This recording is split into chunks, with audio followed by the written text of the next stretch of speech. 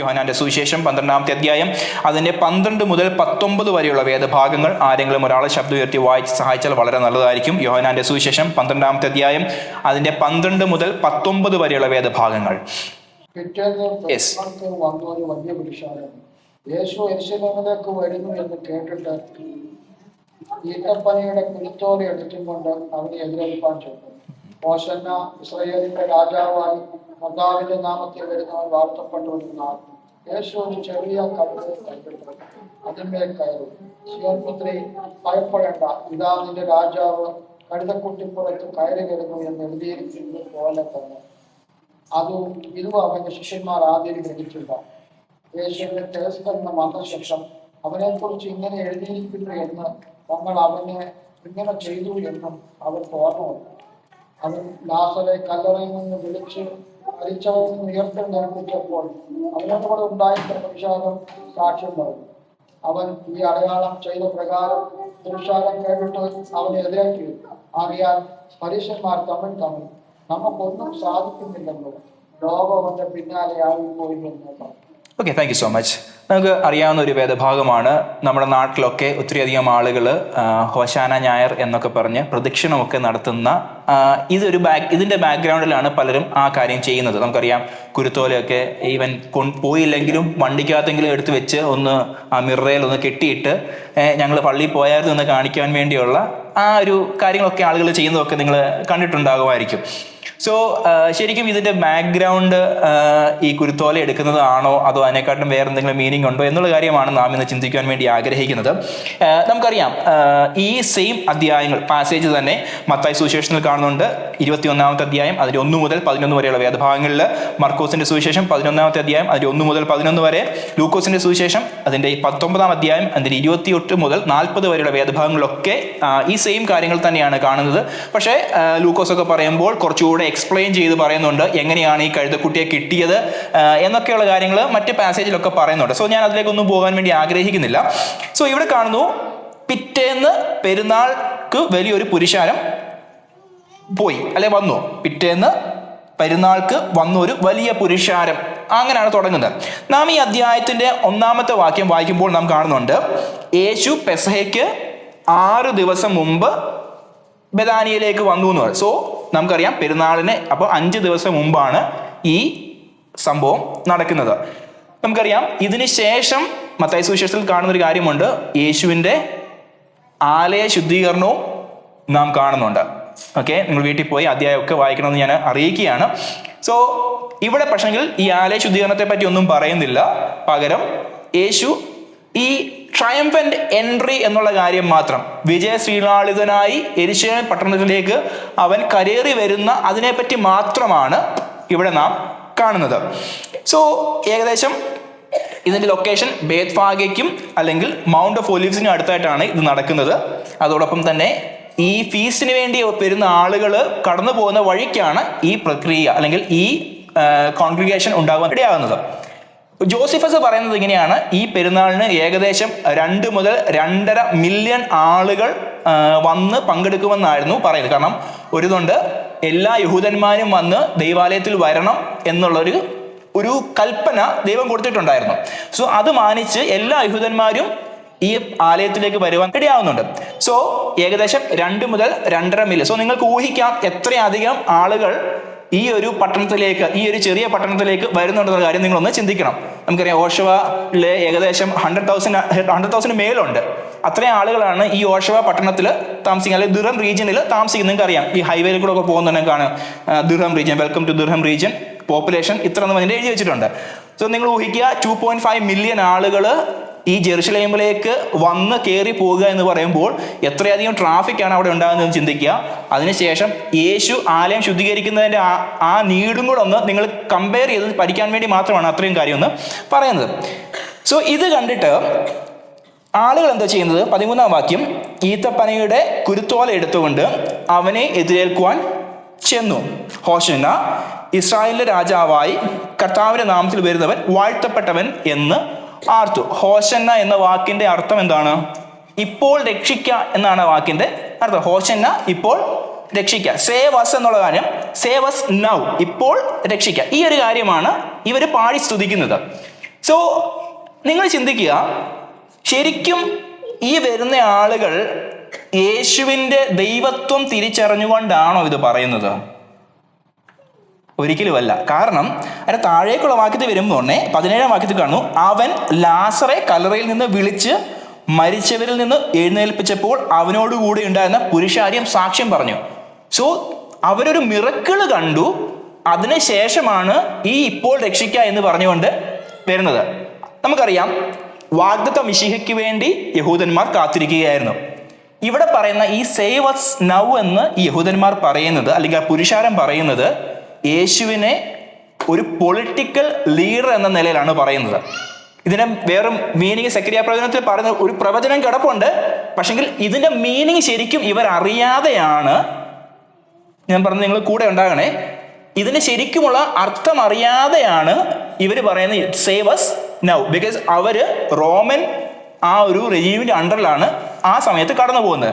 അവർ യേശു അത്ഭുതങ്ങൾ പ്രവർത്തിക്കുന്നത് കണ്ടു, ഒരു മിറക്കിൾ വർക്കർ അവരെ റിഡീം ചെയ്യുമെന്നാണ് അവര് വിശ്വസിച്ചു കൊണ്ടിരിക്കുന്നത്. ഇവിടെ പറഞ്ഞ blessed is the king of Israel, ഇസ്രായേലിന്റെ രാജാവെന്നാണ് അവര് പറയുന്നത്. So they are expecting a king to redeem them from the Roman empire. മനസ്സിലാകുന്നുണ്ടോ? സോ ശരിക്കും ഇവർ ആഗ്രഹിക്കുന്നത് ഒരു മെസ്സിഹയ്ക്ക് വേണ്ടി ഇവർ കാത്തിരിക്കുന്നുണ്ട്. ഇവരാഗ്രഹിക്കുന്ന മെസ്സിഹ കുതിരപ്പുറത്ത് കയറി വരുന്നു. കുതിരപ്പുറത്ത് കയറി വന്നിട്ട് റോമാക്കാരുമായിട്ട് വലിയൊരു യുദ്ധം നടത്തുന്നു. ശിഷ്യന്മാർ കൂടെ നിന്ന് വെട്ടി റോമാക്കാരെ എല്ലാം പുറത്താക്കിയിട്ട് യഹൂദന്റെ രാജ്യം പുനഃസ്ഥാപിക്കുന്നു എന്നുള്ള ആ ഒരു ചിന്തയിലാണ് ഇവർ ആഗ്രഹിക്കുന്നത്. യേശുവിനെ പിന്നാലെ ഉണ്ട്. ഇതാണ് ശരിക്കും പറഞ്ഞാൽ ഈ ക്രൗഡിന്റെ പ്രശ്നം. അവർക്കറിയാം, വചനമൊക്കെ നന്നായിട്ട് അറിയാം അല്ലേ? സെക്കരിയ പ്രവചനത്തിലൊരു വാക്യമാണ്, സിയോൻ പുത്രി ഇതാ നിന്റെ രാജാവ് വരുന്നു എന്ന് പറയുന്ന ഒരു പ്രവചനം കിടപ്പുണ്ട്.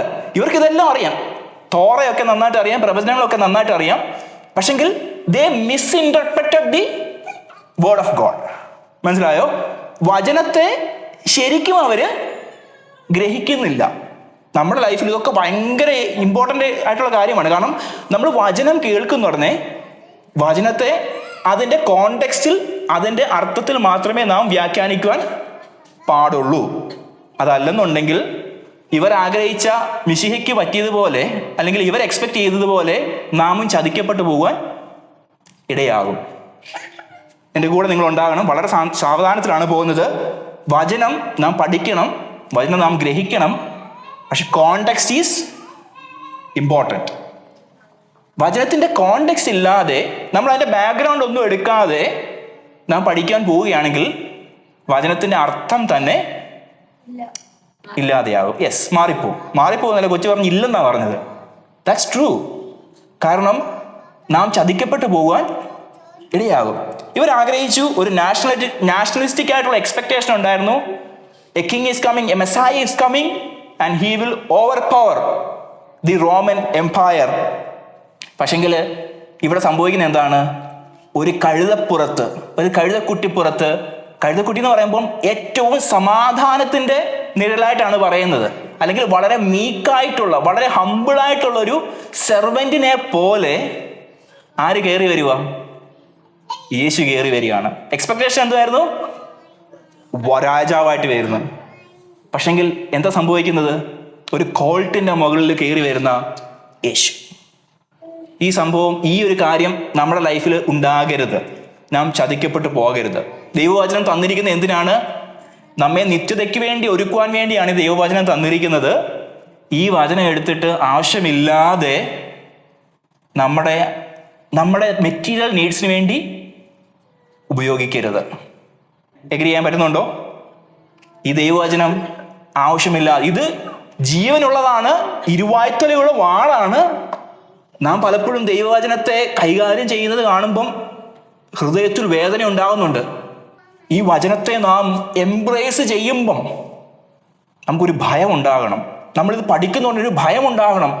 നമ്മെ രക്ഷയ്ക്ക് ജ്ഞാനിയാക്കുവാൻ വേണ്ടിയാണ് ഈ ദൈവവചനം തന്നിരിക്കുന്നത്.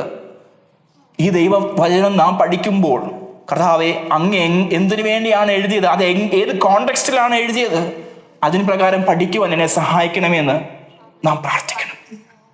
ദൈവവചനത്തോടൊരു ആഗ്രഹം നമുക്കുണ്ടാവുക. Just pushing everyone, I'm just encouraging everyone to read the Bible again. ദൈവവചനം വായിക്കണം. ഈ വചനമില്ലാതെ ജനം തെറ്റിപ്പോകും. വചനം വളരെ ആവശ്യമാണ്. ഇവിടെ എന്താണ് സംഭവിച്ചത്? അവർ എക്സ്പെക്ടേഷൻ മീറ്റ് ചെയ്യാൻ പറ്റാതെ അവർ ഡിസപ്പോയിന്റഡ് ആണോ? To some extent they are not disappointed, but to the other extent they are totally disappointed. പ്രവചനം അറിയാം, പക്ഷെങ്കിൽ റിയാലിറ്റി വരുമ്പോഴത്തേക്കിന് ഇറ്റ്സ് ടോട്ടലി ഡിഫറെൻറ്റ്. ഈ ഒരു ചതിവ് നമുക്ക് പറ്റരുത്. ദൈവവചനം വായിക്കുകയും പഠിക്കുകയും ചെയ്യുമ്പോൾ അതിൻ്റെ കോണ്ടെക്സ്റ്റിൽ പഠിക്കേണ്ടത് വളരെ ആവശ്യമാണ്.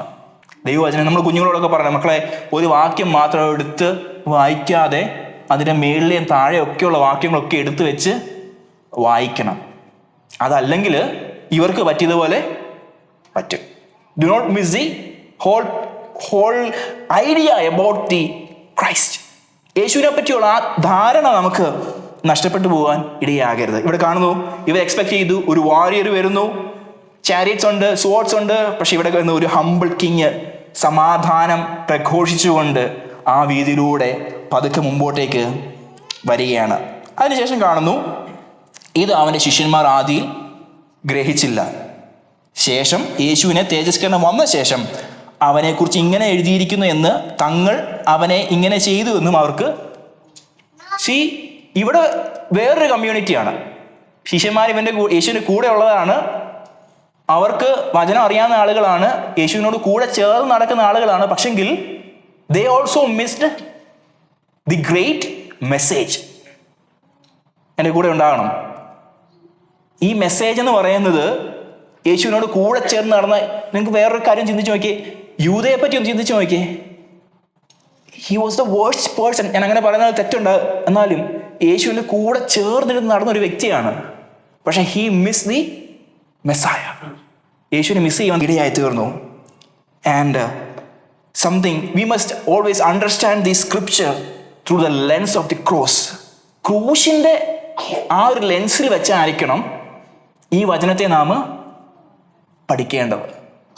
മനസ്സിലായോ? നമ്മൾ ചുമ്മാതെ okay this is for me, ഏതാ എന്നെ ശക്തനാക്കുന്നതിന് മുഖാന്തരം ഞാൻ സകലത്തിന് മതിയാകുന്നു എന്ന് പറഞ്ഞെടുത്തിട്ട് ഞാൻ ഫുട്ബോൾ കളിക്കാൻ പോവുകയാണ്, അല്ലെങ്കിൽ ഞാൻ നാളെ എക്സാം എഴുതാൻ പോവുകയാണ്. വേറൊരു വാക്യം മിസ്കോട്ട് ചെയ്ത് വളരെ മിസ്കോട്ട് ചെയ്തൊരു വേർഡ്സാണ് യാക്കോബിൻ്റെ ലേഖനത്തിൽ ഒരു വാക്യമുണ്ട്, നിങ്ങളിൽ ഒരുവന് ജ്ഞാനം കുറവാകുന്നുവെങ്കിൽ ഭത്സിക്കാതെ എല്ലാവർക്കും ഔദാര്യമായി കൊടുക്കുന്ന ദൈവത്തോട് യാചിക്കട്ടെ. അതിൻ്റെ ശരിക്കുമുള്ള അർത്ഥമെന്ന് പറയുന്നത്, അതിന് മേളത്തെ വാക്യം വായിക്കുമ്പോൾ കഷ്ടതയെ പറ്റിയാണ് പറയുന്നത്. ഈ കഷ്ടതയെ എൻഡ്യൂർ ചെയ്യാൻ നിങ്ങൾക്ക് ജ്ഞാനമില്ലെങ്കിൽ കർത്താവിനോട് ചോദിക്കട്ടെ എന്നാണ് പറയുന്നത്. നമ്മൾ വലിയ കഷ്ടത പറയുന്നത് എന്താണ്? Exam, engineering, mechanics. നമ്മളൊക്കെ പഠിച്ചിരുന്ന സമയത്ത് മെക്കാനിക്സ് ഒക്കെയാണ് ഏറ്റവും ടഫായിട്ടുള്ള സബ്ജക്ട്സ്. എഞ്ചിനീയറിംഗ് മെക്കാനിക്സ് ഒക്കെ പാസ്സാകാൻ വേണ്ടി ബുദ്ധി കുറവാണെങ്കിൽ കർത്താവിന് ശരിയാ, കർത്താവ് അതൊക്കെ തന്നെ. പക്ഷെങ്കിൽ ബൈബിളിലെ വേർഡ്സ് എടുത്ത് മിസ്കോട്ട് ചെയ്യരുത്. മിസ്കോട്ട് ചെയ്ത് കഴിഞ്ഞാൽ നമ്മൾ എക്സ്പെക്ട് ചെയ്യുന്ന റിസൾട്ട് കിട്ടിയില്ലെങ്കിൽ നമ്മൾ മെക്കാനിക്സിന് തോറ്റുപോയി കഴിഞ്ഞാൽ എന്തോ ചെയ്യും? വെറുതെ കർത്താവിൻ്റെ വചനം ഞാൻ മിസ്കോട്ട് ചെയ്തെന്ന് ആയിപ്പോവും. സോ അങ്ങനെ ഉണ്ടാകാതിരിക്കാൻ വളരെ ശ്രദ്ധിക്കേണ്ടത് ആവശ്യമാണ്. ആൻഡ് വളരെ വേഗത്തിൽ പോകണേ. So we must understand the word of God through the lens of the cross. ക്രൂശീകരണം എന്തിനു വേണ്ടിയാണ്? നമ്മെ രക്ഷിക്കുവാൻ വേണ്ടിയാണ്. ഈ രക്ഷയ്ക്ക് ജ്ഞാനിയാക്കുവാൻ വേണ്ടിയാണ് ഈ ദൈവവചനമുള്ളത്. So when we analyse the scripture through the lens of the cross we will get better idea about the scripture. So നാളെ തൊട്ട് നമ്മൾ വചനം വായിക്കുമ്പോൾ, നാളെയല്ല ഇന്ന് തൊട്ട് വചനം വായിക്കുമ്പോൾ, സോ ആ ഒരു പെർസ്പെക്റ്റീവിൽ വേണം നാം വചനത്തെ കാണുവാൻ വേണ്ടി. മനസ്സിലാകുന്നുണ്ടോ? എൻ്റെ കൂടെ ഉണ്ടാകണം. വചനം വായിക്കണം, പഠിക്കണം, നിശ്ചയം പ്രാപിക്കണം. And make sure you learn the scripture in the right context. ആ കോണ്ടെക്സ്റ്റിൽ തന്നെ പഠിക്കുവാൻ കർത്താവ് സഹായിക്കട്ടെ എന്ന് പ്രാർത്ഥിക്കുകയാണ്. 17 and 18. അവൻ ലാസറെ കല്ലറയിൽ നിന്ന് വിളിച്ച് മരിച്ചവരിൽ നിന്ന് എഴുന്നേൽപ്പിച്ചപ്പോൾ അവനോട് കൂടി ഉണ്ടായിരുന്ന പുരുഷാരം സാക്ഷ്യം പറഞ്ഞു. അവൻ ഈ അടയാളം ചെയ്ത പ്രകാരം പുരുഷാരം കേട്ടിട്ട് അവനെ എതിരേറ്റ് ചെന്നു. നാം മാർത്ത ആൻഡ് മേരിയുടെ കാര്യം പറഞ്ഞായിരുന്നു. Martha and Mary at the end of that story they came to understand the deity of Christ, but the people who were gathered there, they just saw the miracle. 11-ാം അധ്യായത്തിൽ നാം കണ്ടായിരുന്നല്ലോ, അവർ അത്ഭുതം മാത്രമേ കണ്ടുള്ളൂ. ഈ അത്ഭുതമാണ് അവർ ഷെയർ ചെയ്യുന്നത്.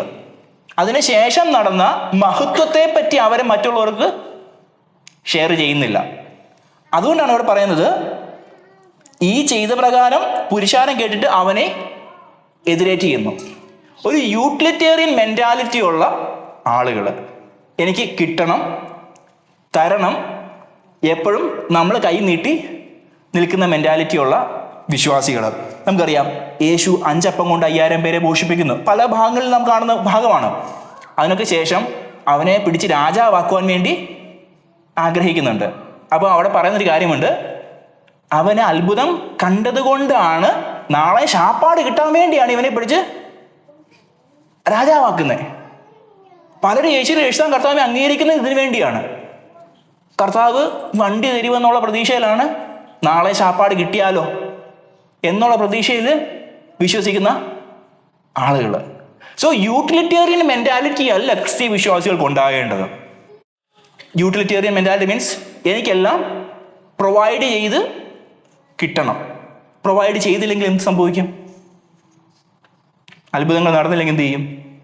ഞാൻ എപ്പോഴും പറയുന്ന കാര്യമാണ്, അത്ഭുതങ്ങളല്ല കാര്യം. അത്ഭുതത്തോടൊപ്പം തന്നെ ആ സേവിങ് ഫെയ്ത്തിലേക്ക് നാം വരണം. യേശു ക്രിസ്തുവിൻ്റെ ദൈവത്വത്തെ പറ്റിയുള്ള ബോധ്യം നമുക്ക് ഉണ്ടാകണം. ബെനിഫിറ്റ്സിന് പിന്നാലെ പോകരുത്, അത്ഭുതങ്ങൾ കാണുവാൻ വേണ്ടി യേശുവിന് പിന്നാലെ പോകരുത്. So the science purpose was revelation, not attraction. ഇവിടെ അത്ഭുതങ്ങളൊക്കെ നടക്കാൻ സാധ്യതയുണ്ട്. കർത്താവ് അത്ഭുതങ്ങളൊക്കെ ചെയ്യട്ടെ ഞാൻ പ്രാർത്ഥിക്കുകയാണ്. അത്ഭുതങ്ങൾ പ്രവർത്തിക്കുന്ന ഉടനെ അവിടെ ആ ചെയ്യുന്ന ശുശ്രൂഷ ചെയ്യുന്ന വ്യക്തിയല്ല വലുത്. മനസ്സിലായോ? കുഞ്ഞുങ്ങളൊക്കെ പ്രാർത്ഥിക്കുന്ന അത്ഭുതങ്ങൾ സംഭവിക്കാം. ആ കുഞ്ഞിലല്ല ഇമ്പോർട്ടൻസ്, അവരുടെ മേൽ വ്യാപരിച്ച ആത്മാവിൻ്റെ സാന്നിധ്യത്തിനാണ് ഇമ്പോർട്ടൻസ്. അത് നാം തിരിച്ചറിയേണ്ടത് ആവശ്യമാണ്. സോ എക്സ്പെക്ടേഷൻ മീറ്റ് ചെയ്യാത്ത ഒരു കൂട്ടം ജനം ഹോശന്ന പാടി യെരുശലേമിലേക്ക് കയറുകയാണ്. വളരെ വളരെ വിചിത്രമായിട്ടുള്ള ഒരു എക്സ്പെക്ടേഷനും റിയാലിറ്റിയുമാണ് നാം ഈ പാസേജുകളിൽ കാണുന്നത്. അവരുടെ hosanna was sincere, but their heart was shallow. മനസ്സിലായി? അവർ വളരെ ആത്മാർത്ഥമായിട്ടാണ് ഹോശന്ന പാടിയത്. പക്ഷെങ്കിൽ their heart was shallow. They were rooted in wonders and they were not worshipping him absolutely. ഇത് നമുക്കുണ്ടാകരുത്. ഹോശന്ന പാടിക്കോ, that's good for you, but make sure you are rooted deeply in the word of God. ദൈവവചനം ഇല്ലാതെ ഇവിടെ വന്ന് നിന്ന് യേശു നല്ലവൻ അവൻ വല്ലഭൻ എന്ന് പാടിയിട്ട് കാര്യമില്ല. എൻ്റെ കൂടെ ഉണ്ടാകണേ. നമ്മുടെ വാക്കുകൾ നമ്മുടെ ഹൃദയവും ദൈവവുമായിട്ട് അലൈൻഡായിട്ട് വേണം നാം ദൈവസന്നിധിയിലായിരിക്കുവാൻ. ഹോശന്ന പാടുന്നത് it's good for you, but make sure you have an undivided love with him. ദൈവവുമായിട്ടൊരു അഭേദ്യമായിട്ടുള്ള ബന്ധത്തിലാണെന്നുള്ള കാര്യം നാം ചെക്ക് ചെയ്യേണ്ടത് വളരെ ആവശ്യമാണ്. 19-ാം വാക്യത്തിൽ വരുമ്പോൾ, ആകയാൽ പരീശന്മാർ തമ്മിൽ നമുക്കൊന്നും സാധിക്കുന്നില്ലല്ലോ, ലോകം അവൻ്റെ പിന്നാലെ ആയിപ്പോയി എന്ന് പറഞ്ഞു. ഇത്രയും പറഞ്ഞ് ആളുകളൊക്കെ പറയുന്നുണ്ട്, പലപ്പോഴും പറയുന്നുണ്ട്, പല ഭാഗങ്ങളിൽ കാണുന്നുണ്ട്, ജനം അവൻ്റെ പുരുഷാരം അവൻ്റെ പിന്നാലെ പോയി എന്നൊക്കെ കാണുന്നുണ്ട്. പക്ഷെ ഇവിടെ കാണുന്നു ലോകം അവൻ്റെ പിന്നാലെ ആയിപ്പോയി. കോസ്മോസ് എന്നൊരു വാക്കാണ്, നമ്മൾ കഴിഞ്ഞ ആഴ്ച ചിന്തിച്ചൊരു കാര്യമാണ്. കോസ്മോസ് എന്നൊരു വാക്കാണ് അവിടെ ഉപയോഗിച്ചത്. So it means everyone is going after him. It means gentile ഇൻക്ലൂഷനെ കൂടിയാണ് അവിടെ പറയുന്നത്. യേശു പലപ്പോഴും പറഞ്ഞിട്ടുണ്ട്, ആദ്യം പറയുന്നൊരു കാര്യമുണ്ട്, ഞാൻ നഷ്ടപ്പെട്ടു പോയ ആരെ രക്ഷിക്കുവാൻ വേണ്ടിയാണ്? യഹൂദന്മാരെ, കാണാതെ പോയ ആടുകളെ രക്ഷിക്കുവാൻ വേണ്ടിയാണ് വരുന്നതെന്ന് പറഞ്ഞു. അതിനുശേഷം പിന്നെ കാണുന്നുണ്ട്, മക്കളുടെ അപ്പം എടുത്ത് നായ്ക്കുട്ടികൾക്ക് ഇട്ട് കൊടുക്കുകയില്ലെന്ന് പറയുമ്പോൾ അവരെയും കൂടെ ചേർക്കുന്ന സ്നേഹം. അതിൻ്റെ എക്സ്പ്ലനേഷൻ അടുത്ത വേർഡ്സിലേക്ക് വരുന്നുണ്ട്. So this shows the gentile inclusion. പരീശന്മാർ വളരെ വേഗമായിട്ടാണ് പറയുന്നത്, പക്ഷെങ്കിൽ അവരുടെ വാക്കുകൾ ഒരു പ്രവചന ശബ്ദം പോലെയാണ് അവിടെ കേൾക്കുന്നത്. ഇതിനു മുമ്പ് ഒരു പ്രവചനം നേരത്തെ വേറൊരാൾ പറഞ്ഞായിരുന്നു 11-ാമത്തെ അധ്യായത്തിൽ. ആരായിരുന്നത്? കയ്യഫാവ് പറഞ്ഞ എന്താണ്? ജനത്തിന് വേണ്ടി ഒരുവൻ മരിക്കുന്നത് നന്നെന്ന് പറയുന്ന ഒരു പ്രവചനം. So it's all connected. So global spread of ഗോസ്പലിനെ പറ്റിയാണ് അവർ വളരെ സട്ടിലായിട്ട് ഇവിടെ പറയുന്നത്. അടുത്ത കോഴ്സിലേക്ക് വരുവാൻ വേണ്ടി ആഗ്രഹിക്കുകയാണ്. 20-ാം വാക്യം വായിക്കുന്നു. പെരുന്നാളിൽ നമസ്കരിക്കാൻ വന്നതിൽ ചില യവനന്മാർ ഉണ്ടായിരുന്നു. ഇവർ ഗലീലയിലെ ബേത്സയിദക്കാരനായ ഫിലിപ്പോസിന്റെ അടുക്കൽ ചെന്ന് അവനോട്, യജമാനനെ, ഞങ്ങൾക്ക് യേശുവിനെ കാണുവാൻ താല്പര്യമുണ്ട് എന്ന് അപേക്ഷിച്ചു. ഫിലിപ്പോസ് ചെന്ന് അന്ത്രയോസിനോട് പറഞ്ഞു. അന്ത്രയോസ് ഫിലിപ്പോസും കൂടെ ചെന്ന് യേശുവിനോട് പറഞ്ഞു. നമ്മൾ അവിടെ നിൽക്കുവാൻ വേണ്ടി ആഗ്രഹിക്കുകയാണ്. സോ നമ്മൾ മുമ്പേ പറഞ്ഞായിരുന്നു, ലോകം അവൻ്റെ പിന്നാലെ ആയിപ്പോയി എന്ന് പറഞ്ഞു. അടുത്ത വേഴ്സിൽ കാണുന്നു 2 ഗ്രീക്ക് ആളുകൾ, യവനന്മാർ വന്നിട്ട് പറയുകയാണ്, 2 അല്ലേ, ചിലർ വന്നിട്ട് നമ്മുടെ 2 ശിഷ്യന്മാരോട് പറയുകയാണ്, ഞങ്ങൾക്ക് യേശുവിനെ കാണണം. എന്തുകൊണ്ടാണ് ഈ 2 വ്യക്തികൾ ഫിലിപ്പിൻ്റെ ആൻഡ്രൂസിൻ്റെ അടുത്ത് വന്നതെന്ന് അറിയാമോ? അവരുടെ പേരൊരു യവനായ പേരായതുകൊണ്ട്. കാരണം അവർക്ക് കുറച്ചുകൂടെ ആക്സസിബിൾ ആയിട്ടുള്ള വ്യക്തികൾ ഇവരായിരിക്കാം. അതുകൊണ്ടാണ് ഇവർ വന്നത്. അവർ പറയുന്നു, അവർക്കൊരു സ്പിരിച്വൽ ഹങ്കർ ഉണ്ട്. അവർ അത്ഭുതങ്ങൾ കേട്ട് കാണുമായിരിക്കാം. കാരണം പുരുഷാരം പറയുന്ന സാക്ഷ്യമൊക്കെ ഇവർ കേട്ടിട്ടുണ്ടാകുമായിരിക്കാം. അവർ പറയാണ്, ഞങ്ങൾക്ക് യേശുവിനെ കാണണം. അത്ഭുതങ്ങൾ ചെയ്യുന്ന യേശുവിനേക്കാൾ അപ്പുറമായിട്ട് we just want to have an encounter with him. ഒരു പേഴ്സണൽ ആയിട്ടുള്ള ഒരു ടോക്ക് ഞങ്ങൾക്ക് ആവശ്യമാണ്. So they have a spiritual hunger. And ഇവിടെ കാണുന്നു, ഇതൊരു ജെൻഡൈൽ ഇൻക്ലൂഷൻ ആണ് ഇവിടെ സ്റ്റാർട്ട് ചെയ്യുന്നത്. ഇതുവരെയുള്ള ഭാഗങ്ങളിൽ സുർഫോനിക്കയിൽ പോയിട്ടുണ്ട്, ശമരിയക്കാർ സ്ത്രീ ഒക്കെ പറയുന്നുണ്ട്. പക്ഷെങ്കിൽ ആദ്യമായിട്ടാണ് ഒരു 2 വ്യക്തികൾ അല്ലെങ്കിൽ ചിലർ വന്ന് യേശുവിനോട് സംസാരിക്കുന്നത്. അതിനുശേഷം യേശുവിൻ്റെ മറുപടി വളരെ സർപ്രൈസിങ് ആണ്. യേശു അവരോട് ഉത്തരം പറഞ്ഞത്, മനുഷ്യപുത്രൻ തേജസ്കരിക്കപ്പെടുവാനുള്ള നാഴിക വന്നിരിക്കുന്നു. നാം ഈ യോഹന്നാന്റെ സുവിശേഷം ഇത്രയും പഠിച്ചപ്പോൾ 2-ാമത്തെ അധ്യായത്തിൽ നാം കാണുന്നു, സ്ത്രീയെ, എൻ്റെ നാഴിക വന്നിട്ടില്ല. പല ഭാഗങ്ങളിൽ കാണുന്നുണ്ട്, അവൻ്റെ നാഴിക വരാത്തത് കൊണ്ട് അവർക്ക് അവനെ ഒന്നും ചെയ്യാൻ പറ്റിയില്ല. അവൻ്റെ നാഴിക, എൻ്റെ നാഴിക വന്നിട്ടില്ല, പലവട്ടം യേശു പറയുന്നുണ്ട്. പക്ഷേ ഈ ജെൻഡൈൽസ് വന്നിട്ട് യേശുവുമായിട്ട് സംസാരിക്കുമ്പോൾ യേശു പറഞ്ഞൊരു കാര്യമുണ്ട്, ഇപ്പോൾ എൻ്റെ നാഴിക വന്നിരിക്കുന്നു, തേജസ്കരിക്കപ്പെടാനുള്ള നാഴിക വന്നിരിക്കുന്നു. സോ നിങ്ങൾ ആ ഒരു ചിത്രം ചിന്തിച്ചേ. യെരുശലേമിലേക്ക് കടന്നു വരുന്നു, ചില യവനന്മാർ കടന്നു വന്നു, യേശുവിനോട് സംസാരിക്കുന്നു, അല്ലെങ്കിൽ ഫിലിപ്പോസിനോടും അന്ത്രയോസിനോടും വന്ന് സംസാരിക്കുന്നു. അവർ യേശുവിൻ്റെ അടുക്കിലേക്ക് വരുമ്പോൾ ഇവർ എക്സ്പെക്ട് ചെയ്തത്, ആ മക്കളെ സന്തോഷം എന്ന് പറഞ്ഞ് ഒരു ഇൻട്രൊഡക്ഷൻ യേശു പറയുമെന്നാണ് എക്സ്പെക്ട് ചെയ്തത്. പക്ഷെങ്കിൽ യേശുവിൻ്റെ മിഷൻ അവിടെ റിയലി എക്സിക്യൂട്ട് ചെയ്യാനുള്ള സമയമാണ്. അല്ലെങ്കിൽ ആ ജെൻഡർ ഇൻക്ലൂഷൻ, അതിൻ്റെ ഒരു പ്രവചനമുണ്ട്, നെക്സ്റ്റിലേക്ക് വരികയാണത്. ഒരു ജെൻഡർ ഇൻക്ലൂഷൻ്റെ അവിടെയാണ് ശരിക്കും പറഞ്ഞാൽ ആ ക്രൂശീകരണത്തിൻ്റെ മിഷൻ്റെ ഇനിഷ്യേഷൻ. ഞാൻ പറഞ്ഞ മനസ്സിലായോ? ജെൻഡർ ഇൻക്ലൂഷൻ്റെ അവിടെയാണ് ആ ക്രൂശീകരണത്തിൻ്റെ ഇനിഷ്യേഷനായിട്ട് യേശു. അവിടെ തൊട്ട് പിന്നെ നടക്കുന്നത് ക്രൂശീകരണത്തിലേക്ക് നയിക്കുന്ന ഓരോ സംഭവങ്ങളാണ് നടക്കുന്നത്. നമുക്കറിയാം, the hour means is hour of the cross. ക്രൂശീകരിക്കപ്പെടുവാനുള്ള നാഴിക, അല്ലെങ്കിൽ തേജസ്കരിക്കപ്പെടുവാനുള്ള, മഹുദ്ധീകരിക്കപ്പെടുവാനുള്ള നാഴിക, അല്ലെങ്കിൽ in other words the cross is a portal of glory. ദൈവത്തിൻ്റെ മഹത്വം, പിതാവിൻ്റെ മഹത്വം പുത്രനിൽ യഥാർത്ഥമായി വെളിപ്പെടുന്ന ഒരു നാഴികയായിരുന്നു ഏത്? ക്രൂശീകരണമെന്ന് പറയുന്നത്. നാം പലപ്പോഴും അതിൻ്റെ മുമ്പുള്ള അധ്യായത്തിൽ കാണുന്നു, വിശ്വസിച്ചാൽ ദൈവത്തിൻ്റെ മഹത്വം കാണും. ഈ മഹത്വത്തിൻ്റെ നെക്സ്റ്റ് ലെവലിലേക്കാണ് 12-ാമത്തെ അധ്യായം മുതൽ പോകുന്നത്. ഇതിനൊരു ഫ്യൂച്ചറിസ്റ്റിക് ആയിട്ടുള്ള ഒരു കണക്ഷൻ ഉണ്ട്. നമുക്കറിയാം, മത്തായി സുവിശേഷം 24-ാമത്തെ അധ്യായം അതിൻ്റെ 30-ാമത്തെ വാക്യത്തിൽ കാണുന്നു, യേശുവിൻ്റെ 2ാമത്തെ മടങ്ങിവരവിനെ പറ്റി പറയുമ്പോൾ, all nations will see the son of man in glory എന്നാണ്. സകല ജാതികളും മനുഷ്യപുത്രന്റെ മഹത്വം കാണുമെന്നൊരു വാക്യം പറയുന്നുണ്ട്. So in here the Gentiles come to seek to see Jesus. ഞാൻ നിങ്ങൾ അന്ന് കണക്ട് ചെയ്യണേ. ഇവിടെ ജെൻഡൈൽസ് വന്ന് യേശുവിനെ കാണുവാൻ വേണ്ടി വരുന്നു. അപ്പോൾ പറഞ്ഞു തേജസ്കരിക്കപ്പെടുന്ന നാഴിക വന്നു. ഫ്യൂച്ചറിൽ യേശുവിൻ്റെ 2ാമത്തെ മടങ്ങിവരവിന് മുമ്പ് എന്താ സംഭവിക്കുന്നത്? All nation, it means Jews and Gentiles, they will see the glory of the son of മാൻ. നിങ്ങൾ അങ്ങനെ ചിന്തിക്കണം. സോ ജെൻഡായി കർത്താവിനെ മടങ്ങി വരെ എപ്പോഴും സംഭവിക്കും. സുവിശേഷം എല്ലായിടത്തും പ്രസംഗിക്കപ്പെടുമ്പോൾ. 2, Jesus says the hour has come, he must die to bring life. അടുത്ത വാക്യത്തിലേക്ക് വരുമ്പോൾ ഗോതമ്പ് മണിയെ പറ്റി പറയുമ്പോൾ തന്റെ മരണത്തെ പറ്റിയാണ് പറയുന്നത്. മത്തായി സുവിശേഷം 25-ാം അധ്യായം അതിലെ 31 മുതൽ 34 വരെയുള്ള വാക്യത്തിൽ, when he returns the full harvest of that life will be gathered. എന്താണ് കാണുന്നത്? അവൻ ധാന്യങ്ങളെ ശേഖരിച്ച് കളപ്പുരയിൽ ശേഖരിക്കുന്നു, പതിര് കെടാത്ത തീയിലിട്ട്. ഇവിടെ ഒരു വിത്ത് വീണ് ചാകുകയാണ്. അതിൻ്റെ അവസാനം എവിടെയാണ് സംഭവിക്കുന്നത്? അന്ത്യനാളിലാണ്. നിങ്ങൾ അങ്ങനെ ഒന്ന് കണക്ട് ചെയ്ത് ചിന്തിച്ച് നോക്കിയേ. So it means gender inclusion ഉണ്ട്, and he is dying to gather everyone to his kingdom. 3-ാമത്തെ വാക്യം, the cross opens the door for gentiles to believe.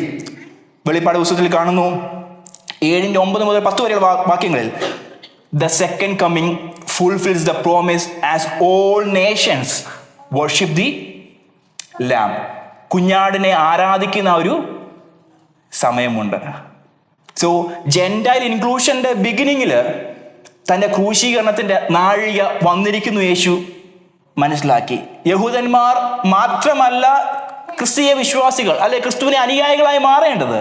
പകരം ഈ രാജ്യത്തിന്റെ സുവിശേഷം സകല സ്ഥലങ്ങളിലും ഭൂമിയുടെ അറ്റങ്ങളോളം എത്തുമ്പോൾ അവസാനത്തെ ആ ഒരു ഹാർവസ്റ്റ് നടക്കുവാൻ റെഡിയാകും. ഹല്ലേലൂയ! എത്ര മനോഹരമായിട്ടാണ് യേശു തൻ്റെ ജീവനെ ഇങ്ങനെ ഓർക്കസ്ട്രേറ്റ് ചെയ്തെന്ന് ആലോചിച്ച് നോക്കിയേ. യഹൂദന്മാർ വരുന്നു, അവർ തിരസ്കരിക്കുന്നു. ഇവിടെ യവനന്മാർ വന്നിട്ട് പറയാം, ഞങ്ങൾക്ക് യേശുവിനെ കാണണം. There's a moment, there's a time when people will come near us. We need Jesus. ഞങ്ങൾക്ക് യേശുവിനെ ആവശ്യമുണ്ടെന്ന് പറഞ്ഞ് വരുന്ന ഒരു സമയം അതിവിദൂരമല്ല. Hallelujah. So for that we need to be rooted deep in the word of God. ഈ ദൈവവചനം ഇല്ലാതെ നമ്മൾ അതിനുവേണ്ടി കാത്തിരിക്കരുത്. We must understand this scripture very well, because we have to disclose, we have to explain the truths of this gospel to the people who are waiting for this gospel. We are carrying this gospel in this community. Right now we may be sowing these seeds. We are not seeing any miracles happening. We are not seeing any hearts opening. But keep sowing. Keep sowing. God will open the hearts of the people, and there's a harvest waiting. Hallelujah. You must have the burden in your heart to sow the seeds in the community. നമുക്കൊരു burden ഉണ്ടാണ്. കർത്താവേ, ഈ വചനം ഞങ്ങൾക്ക്, ഈ സുവിശേഷം, ഈ രക്ഷയ്ക്ക് ജ്ഞാനിയാക്കുന്ന ദൈവവചനം ഞങ്ങൾക്ക് മറ്റുള്ളവരോട് ഷെയർ ചെയ്യുവാനുള്ള ധൈര്യം ഞങ്ങൾക്ക് നൽകണമെന്ന് പ്രാർത്ഥിക്കുന്നു. Hallelujah. It's not just about giving tracts to others. It's about interceding for your friends as well. Hallelujah. നമ്മുടെ കുഞ്ഞുങ്ങൾ, നമ്മുടെ സുഹൃത്തുക്കൾക്ക് വേണ്ടിയൊക്കെ പ്രാർത്ഥിക്കണം. കർത്താവേ, അവരാരും നഷ്ടമായി പോകരുത്. അവരൊക്കെ നിത്യത നഷ്ടമായി പോകാതെ ഞങ്ങളോട് കൂടെ ചേർന്ന് ദൈവത്തെ മഹത്വപ്പെടുത്തുന്ന ദിവസം ഉണ്ടാകണമെന്ന് പ്രാർത്ഥിക്കണം. ഹല്ലേലൂയ. നമ്മളത് ചെയ്തില്ലെങ്കിൽ നമ്മളെപ്പോലെ ഇത്ര അരിഷ്ടന്മാര് വേറെ ആയില്ല. കാരണം we are called to witness for him. ഞാൻ പറഞ്ഞു, നിങ്ങൾക്ക് മനസ്സിലാവുന്നുണ്ട് ഞാൻ വിചാരിക്കുകയാണ്. സുവിശേഷത്തിന്റെ വക്താക്കളായിട്ടാണ് നമ്മെ വിളിച്ചിരിക്കുന്നത്. It's not just for the pastor to preach the gospel. Everyone is called to share this gospel to your community. ആ ഒരു ബോർഡ് നമുക്കുണ്ടാകണം. ഹല്ലേലൂയ. നമ്മുടെ കുഞ്ഞുങ്ങളോടൊക്കെ, നമ്മുടെ ഫ്രണ്ട്സിനോടൊക്കെ പറയണം, Jesus died for you. Jesus died for your sins, and you have to give your heart to Jesus. Just keep sowing the seeds, and God will regenerate the hearts of the people. ഞാൻ മുമ്പേ പറഞ്ഞൊരു കാര്യമാണ്, കർത്താവേ, നമ്മുടെ കുഞ്ഞുങ്ങളൊക്കെ വ്യത്യസ്തതയുള്ളവരായിട്ട് നിൽക്കണം. വിശുദ്ധിയും വേർപാടും ഉണ്ടാകണം, അല്ലേ? സഭയെന്ന് പറയുമ്പം എക്ലീഷ്യ എന്നൊരു വാക്കാണ്. എന്താണ്? വിളിച്ച് വേർതിരിക്കപ്പെട്ടവരുടെ ഒരു കൂട്ടം. ഈ വിളിച്ചു വേർതിരിവ് നമുക്ക് പലപ്പോഴും ഉണ്ടാകുന്നില്ല. നമ്മുടെ സംസാരങ്ങൾ, നമ്മുടെ ചിന്തകൾ, നമ്മുടെ ഡീലിങ്സ് ഒക്കെ കണ്ടു കഴിഞ്ഞാൽ സെയിം. ചർച്ച വരുമ്പോൾ മാത്രമേ ഉള്ളൂ ഡിഫറൻസ്. അത് പറ്റത്തില്ല. അത് ക്രിസ്തീയ വിശ്വാസിയുടെ ഒരു ഐഡന്റിറ്റി അല്ല. നമുക്കറിയാം, ഞാനിത് പറയാൻ വേണ്ടി ആഗ്രഹിച്ചൊരു കാര്യം, ബട്ട് സ്റ്റിൽ ഈ ലോത്തിൻ്റെ കാര്യം വായിക്കുമ്പോഴേ, ലോത്ത് നമുക്കറിയാം ഈ സോദോം ഗോമോറയിൽ നശിപ്പിക്കുവാൻ വേണ്ടി ദൈവത്തിൻ്റെ ദൂതന്മാർ വന്നിട്ട് അവരോട് സംസാരിക്കുന്ന ഒരു കാര്യമുണ്ട്. അതിനുശേഷം ഈ ലോത്ത് ചെയ്യുന്നൊരു കാര്യമുണ്ട്. ലോത്ത് പോയിട്ട് എല്ലാവരോടും പറയുവാണ്, ഇതുപോലെ സംഭവിക്കാൻ പോകും, നിങ്ങളൊക്കെ മാനസാന്തരപ്പെടണമെന്ന് പറഞ്ഞു. അപ്പം അതിനകത്തൊരു വാക്യം പറയുന്നുണ്ട്, ഈ ലോത്ത് കളി പറയുവാന്ന് അല്ലേ. അത് അപ്പച്ചൻ കുറെ തമാശയൊക്കെ പറയുന്ന ആളാ. അപ്പച്ചൻ ഇടയ്ക്കിടയ്ക്ക് പോയിട്ട് മറ്റേ പട്ടണത്തിന്റെ വാതൊക്കെ ഇരുന്നിട്ട് 2 കൊതിഞ്ഞോനെയൊക്കെ പറഞ്ഞ് 2 റീൽസൊക്കെ ഇട്ട് നമ്മള് അതുകൊണ്ടാണ് ആ ഒരു പട്ടണം തന്നെ 2 പട്ടണങ്ങള് വിശ്വസിച്ചില്ല.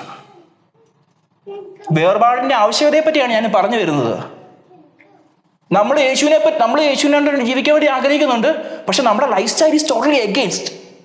നമ്മൾ ലോകത്തെ പോലെ ജീവിക്കുന്നേ.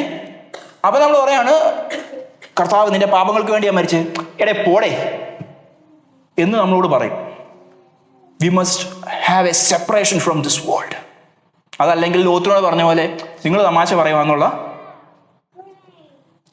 ഒരു ഐഡന്റിറ്റി നമ്മുടെ ഉള്ളിലൊക്കെ മറ്റുള്ളവരുടെ മുമ്പിൽ നമ്മൾക്ക് ആയിപ്പോകും. ഞാൻ പറഞ്ഞത് നിങ്ങൾക്ക് മനസ്സിലാവുന്നതുകൊണ്ട് ഞാൻ വിശ്വസിക്കാം. വളരെ പ്രാക്ടിക്കലായിട്ടുള്ള കാര്യമാണ് പറയുന്നത്. കളി പറയാനൊക്കെ നമുക്കൊന്ന് കുറയ്ക്കണം. നമുക്കൊരു ഐഡന്റിറ്റി ഉണ്ട്. നമ്മൾ പറയുന്ന വാക്കിലൊക്കെ ഇത്തിരി വില ഉണ്ടാകണം. For that you need to have a separation from this world. അതല്ലെങ്കിൽ ലോകത്തിന് സംഭവിച്ച പോലെ പറ്റും. അപ്പച്ചൻ കളി പറയുവാന്ന് പിള്ളേര് പറയും. വിശ്വാസിയായിട്ട് ജീവിക്കുമ്പം you have to stand for it. It's a shame for us to go after the passions of this world. It's a shame. നമുക്കൊരു മാനസാന്തരം ആവശ്യം. നമ്മുടെ ചർച്ചിലാണ് ആദ്യത്തെ മാനസാന്തരം ഉണ്ടാകേണ്ടത്. ചർച്ചിനകത്ത് നമുക്ക് മാനസാന്തരം ഉണ്ടാകണം. പിന്നെ എങ്ങനെ നമ്മൾ വിറ്റ്നസ് ചെയ്യാൻ പറ്റുന്നേ? നമ്മൾ മാനസാന്തരപ്പാടാതെ ജാതികൾ വന്ന് സംസാരിക്കുന്നുണ്ടെ അവരും പറയും, നീ കളി പറയാമെന്ന് പറയും. ഈ ലോകത്തെ വാരി ഉടുക്കരുത്. We must have a separation from this world. വിശുദ്ധിയോടൊപ്പം തന്നെ വേർപാട് നമുക്ക് ആവശ്യമെന്നുള്ള കാര്യം നമ്മുടെ ഹൃദയത്തിൽ ആഴ്ത്തി ഇറക്കണം.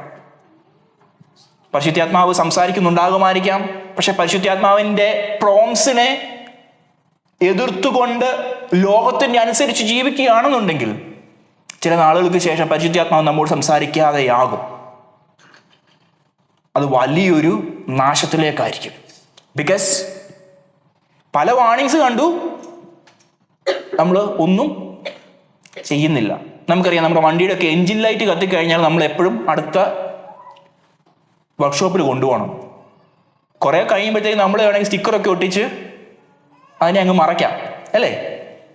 അല്ലെങ്കിൽ നമുക്ക് മറ്റേ OBD റീഡർ വെച്ചിട്ട് ക്ലിയർ ചെയ്യാം, അല്ലേ? ഇതൊക്കെ ചെയ്യാൻ പറ്റും.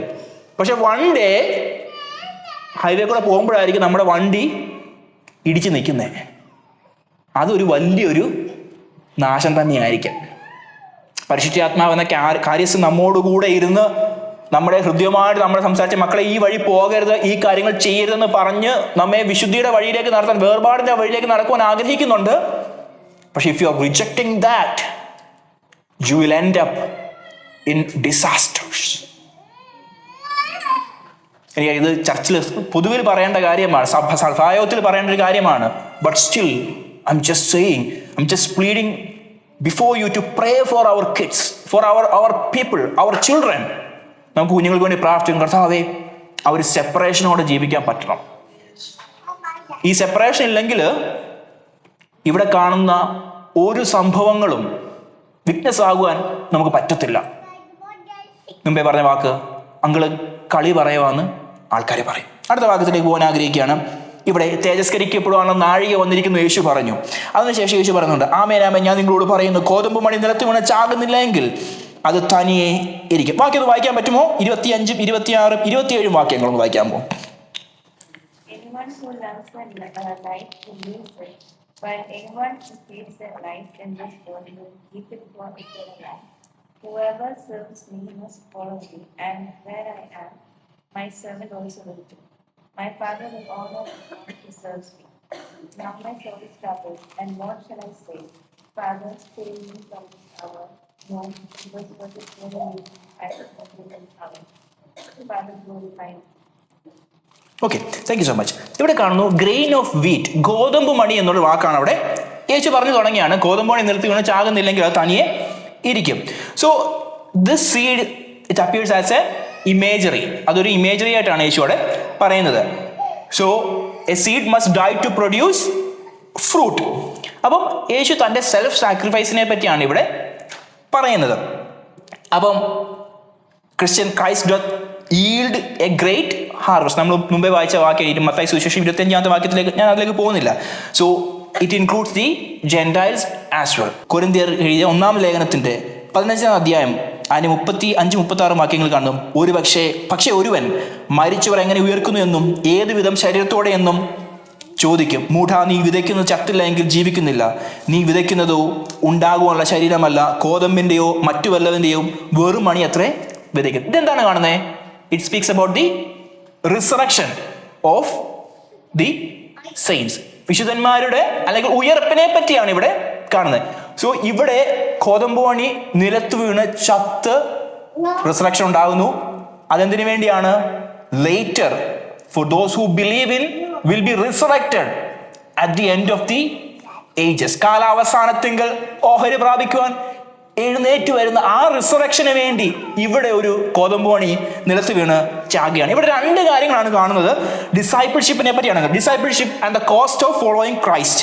First one it shows about the paradox of life and death. അവിടെ കാണുന്നു, തൻ്റെ ജീവനെ സ്നേഹിക്കുന്നവൻ അതിനെ കളയും. 2, ഫോളോയിങ് ക്രൈസ്റ്റ് പാത്ത്. എനിക്ക് ശുശ്രൂഷ ചെയ്യുന്നവൻ എന്നെ അനുഗമിക്കും, എനിക്ക് ശുശ്രൂഷ ചെയ്യുന്നവനെ പിതാവ് മാനിക്കും. സോ 2 കാര്യങ്ങൾ. We are dying and then we are serving for his kingdom. തൻ്റെ ജീവനെ സ്നേഹിക്കുന്നവൻ അതിനെ കളയും. Jesus was right there. He was showing as a path for us to follow. ഡിസൈപ്പിൾഷിപ്പിന്റെ പാതയെ പറ്റിയാണ് യേശു അവിടെ പറയുന്നത്. He who loves his life will lose it. എന്നും പറഞ്ഞ കാര്യമാണ്. വിശുദ്ധിയും വേർപാടും ഇല്ലെങ്കിൽ you are loving yourself, നിത്യത നഷ്ടമാവും. Hallelujah. You cannot be a witness for him if you are loving yourself. ഗോതമ്പ് മണി നിലത്ത് വീണ് ചാകുന്ന അവസ്ഥയിലൂടെ ഓരോ വിശ്വാസിയും കടന്നു പോകണം. തൻ്റെ ജീവനെ സ്നേഹിക്കുന്നവൻ അതിനെ കളയും. Are we loving ourselves? യേശുവിനെ അനുഗമിക്കുക എന്ന് പറയുന്നത് തന്നെ താൻ ത്യജിച്ച് നാൾ തോറും ക്രൂശെടുത്ത് അനുഗമിക്കുക എന്ന് പറഞ്ഞാൽ you are carrying your death. മനസ്സിലാണോ? നിങ്ങൾ മരിക്കേണ്ടുന്ന വിധമാണ് നിങ്ങൾ ക്യാരി ചെയ്യുന്നത്. ഹല്ലേലൂയ. യേശുവിനെ ഇഷ്ടം കർത്താവിനെ അംഗീകരിച്ചു. Are we carrying the cross with us? If you are not carrying the cross with us, you are loving yourself more than Christ. Hallelujah. കർത്താവിനെ സ്നേഹിക്കണം. കർത്താവിനെ സ്നേഹിക്കുന്നവന് മാത്രമേ അവനെ ആഴമായി സ്നേഹിക്കാൻ പറ്റത്തുള്ളൂ. ഹല്ലേലൂയ. കർത്താവിന്റെ സ്നേഹത്തെ തിരിച്ചറിഞ്ഞ ഒരു വ്യക്തിക്ക് തൻ്റെ ജീവനെ സ്നേഹിക്കുവാൻ ഒരിക്കലും കഴിയുകയില്ല. ബിക്കോസ് കർത്താവിന്റെ സ്നേഹമാണ് തന്നെക്കാൾ വലുതെന്നുള്ള കാര്യം അവൻ്റെ ഉള്ളിൽ ആഴമായി എഴുതപ്പെടുകയാണ്. Are we loving ourselves? We are not his witness. Hallelujah. We are not dying to ourselves. 2, we have to serve him. നിലത്ത് വീണ് ചത്ത് കഴിയുമ്പോഴാണ് ആ സർവീസിന്റെ അനുഭവത്തിൽ നാം വരുന്നത്. ക്രിസ്തീയ സെർവന്റ് ലീഡർഷിപ്പാണ് നമുക്ക് ഉണ്ടാകുന്നത്. സെർവന്റ് ലീഡർഷിപ്പ് എന്ന് വെച്ചാൽ ഏറ്റവും മേളിലിരിക്കുന്നവനാണ് ഏറ്റവും വലിയ ദാസനായിട്ട് നിൽക്കേണ്ടത്. റെവറൻറ്റും ഡോക്ടറും ആകാൻ വേണ്ടി അല്ല കർത്താവ് നമ്മെ വിളിച്ചത്. We are here to serve others. Servant ലീഡർഷിപ്പിലേക്കാണ് അവൻ നമ്മെ വിളിച്ചിരിക്കുന്നത്. And he showed us an example. അവൻ കർത്താവും ഗുരുവുമായ ഞാൻ നിങ്ങളുടെ കാൽ കഴുകിയെങ്കിൽ നിങ്ങൾ അന്യോന്യം. അവൻ തൻ്റെ ജീവനെ വിലയേറിയതായി എണ്ണിയില്ല. Because he loved us endlessly. അവൻ്റെ നമ്മോടുള്ള സ്നേഹം എത്ര വലുതായിരുന്നു എന്നുള്ള കാര്യം നാം ചിന്തിക്കണം. ഹല്ലേലൂയ. അതിനുശേഷം കാണുന്നു 27-ാം വാക്യത്തിൽ വായിച്ച് ഞാൻ നിർത്തുവാൻ വേണ്ടി ആഗ്രഹിക്കാം. ഇപ്പോൾ എൻ്റെ ഉള്ളം കലങ്ങിയിരിക്കുന്നു, ഞാൻ എന്തു പറയേണ്ടു? പിതാവേ, ഈ നാഴികയിൽ നിന്ന് എന്നെ രക്ഷിക്കണമേ. എങ്കിലും ഇത് നിമിത്തം ഞാൻ ഈ നാഴികയിലേക്ക് വന്നിരിക്കുന്നു. ഈ വാക്യം എടുത്തിട്ട് പല ആളുകളും പറയുന്നുണ്ട് Jesus was vulnerable in his cross എന്ന് പറയുന്നുണ്ട്.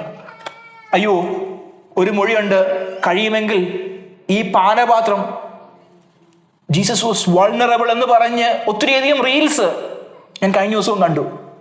No, Jesus was not vulnerable. He was tasting death when he was going to the cross. മനസ്സിലായോ? യേശുവിൻ്റെ ഫീബിൾനെസ് അല്ല ഈ വാക്യങ്ങളിൽ കാണുന്നത്, അവൻ്റെ മനസ്സിലുള്ള വേദനയാണ് മനസ്സിലാകുന്നത്. എൻ്റെ ഉള്ളം കലങ്ങിയിരിക്കുന്നു എന്ന് പറയുമ്പോൾ he is taking that burden on himself. നമുക്ക് വേണ്ടി അവനെ പാപിയാക്കിയതല്ല, പാപമാക്കി മാറ്റി. He is taking that pain on himself. Hallelujah. Jesus was not vulnerable in his last moments, but he was facing his death with great courage because he loved us. ഒരു explanation എങ്ങനെയാണ്? നമ്മോടുള്ള അവന്റെ സ്നേഹം അവനെ ആ ക്രൂശിനോട് ചേർത്ത് നിർത്തിയെന്ന് പറയുന്നുണ്ട്. ഹല്ലേലൂയ. യേശു പേടിച്ചരണ്ടല്ല ക്രൂശിലേക്ക് പോയത്. പേടിച്ചരണ്ട ക്രൂശിലേക്ക് പോയതെങ്കിൽ യേശു ഒരു തോൽവിയായ വ്യക്തിയായി മാറിയേനെ. യേശു തോൽവിയായിട്ടല്ല പുറത്തു വന്നത്, അവൻ വിജയശ്രീലാളിതനായി പാപത്തെയും മരണത്തെയും ഓവർകം ചെയ്തുകൊണ്ട് നമ്മെ അവന്റെ പുത്രന്റെ രാജ്യത്തിലേക്ക്, അവന്റെ രാജ്യത്തിലാക്കുവാൻ വേണ്ടി അവൻ ക്രൂശിൻ യാഗമായി മാറി. Jesus was not vulnerable. He was not weak. He doesn't need his disciples to help him. യേശു തന്റെ ശിഷ്യന്മാർക്ക് പ്രാർത്ഥിക്കേണ്ട ആവശ്യം ഉണ്ടായിരുന്നോ? നോ. ശിഷ്യന്മാർ പ്രാർത്ഥിച്ചില്ലെങ്കിലും യേശുവിന് ആ സമയത്ത് ആ സാഹചര്യത്തിൽ കടന്നു പോകാൻ പിതാവായ ദൈവം കൂടെ ഉണ്ടായിരുന്നു. പക്ഷെങ്കിൽ he was inviting the disciples to take part in that. Hallelujah. നമ്മുടെ ഫ്രണ്ട്സൊക്കെ നമ്മോട് പറയായിരിക്കും ഈ വാക്യത്തിലൊക്കെ കാണുന്നത് യേശു ഫീബിൾ ആയിരുന്നു, യേശു വൾനറബിൾ ആയിരുന്നു, യേശു വീക്ക് ആയിരുന്നു ഒക്കെ ചിലപ്പോൾ പറഞ്ഞേക്കാം. But Jesus was not weak. അവൻ തന്നെത്താൻ ഏൽപ്പിച്ചു കൊടുക്കുവാൻ ഇടയായി. ഫിലിപ്പിലെ 2-ാം അധ്യായമൊക്കെ നിങ്ങൾ വീട്ടിൽ പോയെന്ന് വായിക്കണം. സ്വർഗസുഖപീഠം വിടിഞ്ഞ് മണ്ണിലേക്ക് വന്നു. അതിനുശേഷം അവസാനം വന്നിട്ട് അയ്യോ പറ്റിയാൽ ഇതൊന്ന് മാറ്റിയാൽ എനിക്ക് കൊള്ളായിരുന്നു. അതല്ല, പിതാവേ ഞാനിത് കുടിക്കാതെ, തോമസ് അങ്കിൾ ഇവിടെ പറഞ്ഞ കാര്യമാണ്, ഞാനിത് കുടിക്കാതെ മറ്റെന്തെങ്കിലും വിധമുണ്ടെങ്കിൽ അത് ചെയ്യണമെന്നല്ല പിതാവേ, വേറെ ഓപ്ഷൻസ് ഒന്നുമില്ലെന്ന് എനിക്കറിയാം. I am here to sacrifice as the lamb of God. ദൈവത്തിന്റെ കുഞ്ഞാടായി, യുഗങ്ങൾക്ക് മുമ്പായി അറുക്കപ്പെട്ട കുഞ്ഞാടായി നിൽക്കുവാൻ വേണ്ടി വന്ന യേശു ഫീബിളാന്ന് പറഞ്ഞു കഴിഞ്ഞാൽ, വീക്കാന്ന് പറഞ്ഞാൽ എന്ത് മെന്റാലിറ്റിയാണ്? Jesus was not weak. Jesus was not vulnerable when he was walking to the cross. He was facing the cross with great understanding about the mission that he had in his heart. Hallelujah. അത് നാം മറന്നു പോകരുത്. അത്രയും sacrifice ചെയ്ത് നിൽക്കുന്ന യേശു നമ്മുടെ മുമ്പിൽ നിൽക്കുകയാണ്. അവനെ സെർവ് ചെയ്യുമ്പോൾ can you deny yourself? തന്നെ താൻ ത്യജിക്കാനുള്ള മനസ്സുണ്ടോ? നമ്മുടെ ജീവനേക്കാൾ അപ്പുറമായിട്ട് can we love him? ഓരോ ദിവസവും നമ്മൾ കർത്താവിന്റെ സ്നേഹത്തെ പറ്റി ആഴമായിട്ടൊന്ന് തിരിച്ചറിയണം. രക്ഷയെ പറ്റിയുള്ള ബോധ്യമൊക്കെ നമ്മുടെ ഉള്ളിലേക്ക് വരുമ്പം നമ്മുടെ ക്രിസ്ത്യൻ ലൈഫ് എത്രത്തോളം ചേഞ്ച് ആക്കണമെന്നൊക്കെയുള്ള കാര്യം നമുക്ക് മനസ്സിലാകും. Hallelujah. We are here to serve him. We are here to die for him. Are we ready to take that cross? തന്നെ താൻ ത്യജിച്ച് നാൾ തോറും ക്രൂശെടുത്തുകൊണ്ട് അനുഗമിക്കുവാൻ അവൻ നമുക്ക് മാതൃക വെച്ചിട്ട് പോയിരിക്കുകയാണ്. And he gives us a great promise in here. എനിക്ക് ശുശ്രൂഷ ചെയ്യുന്നവൻ എന്നെ അനുഗമിക്കട്ടെ, ഞാൻ ഇരിക്കുന്നിടത്ത് എൻ്റെ ശുശ്രൂഷകരും ഇരിക്കും. It's A promise. നമ്മൾ അവനെ സെർവ് ചെയ്യുന്നത് വെറുതെ മരിച്ച് മണ്ണടിയാൻ വേണ്ടി അല്ല. He is promising us an eternal life with him. Hallelujah. അതാണ് പ്രത്യാശ എന്ന് പറയുന്നത്. So a reference to eternal fellowship and glory with him. ഇത്രയൊക്കെ നമ്മുടെ മുമ്പിൽ വളരെ സവിസ്തരം വ്യക്തമാക്കിയിരിക്കുമ്പം why do we want to embrace this world? We must die to ourselves. We must have separation in this world. We must keep holiness in this community. Hallelujah. നമ്മളിവിടെ wind up ചെയ്യാൻ വേണ്ടി ആഗ്രഹിക്കുകയാണ്. ആ വാക്യം ഒന്നുകൂടെ വാക്യം ആഗ്രഹിക്കുകയാണ്. ആമേൻ ആമേൻ. ഞാൻ നിങ്ങളോട് പറയുന്നു, ഗോതമ്പ് മണി നിലത്തുകൊണ്ട് ചാകുന്നില്ല എങ്കിൽ അത് തനിയായിരിക്കും, ചത്തുവെങ്കിലോ വളരെ വിളവുണ്ടാകും. Hallelujah.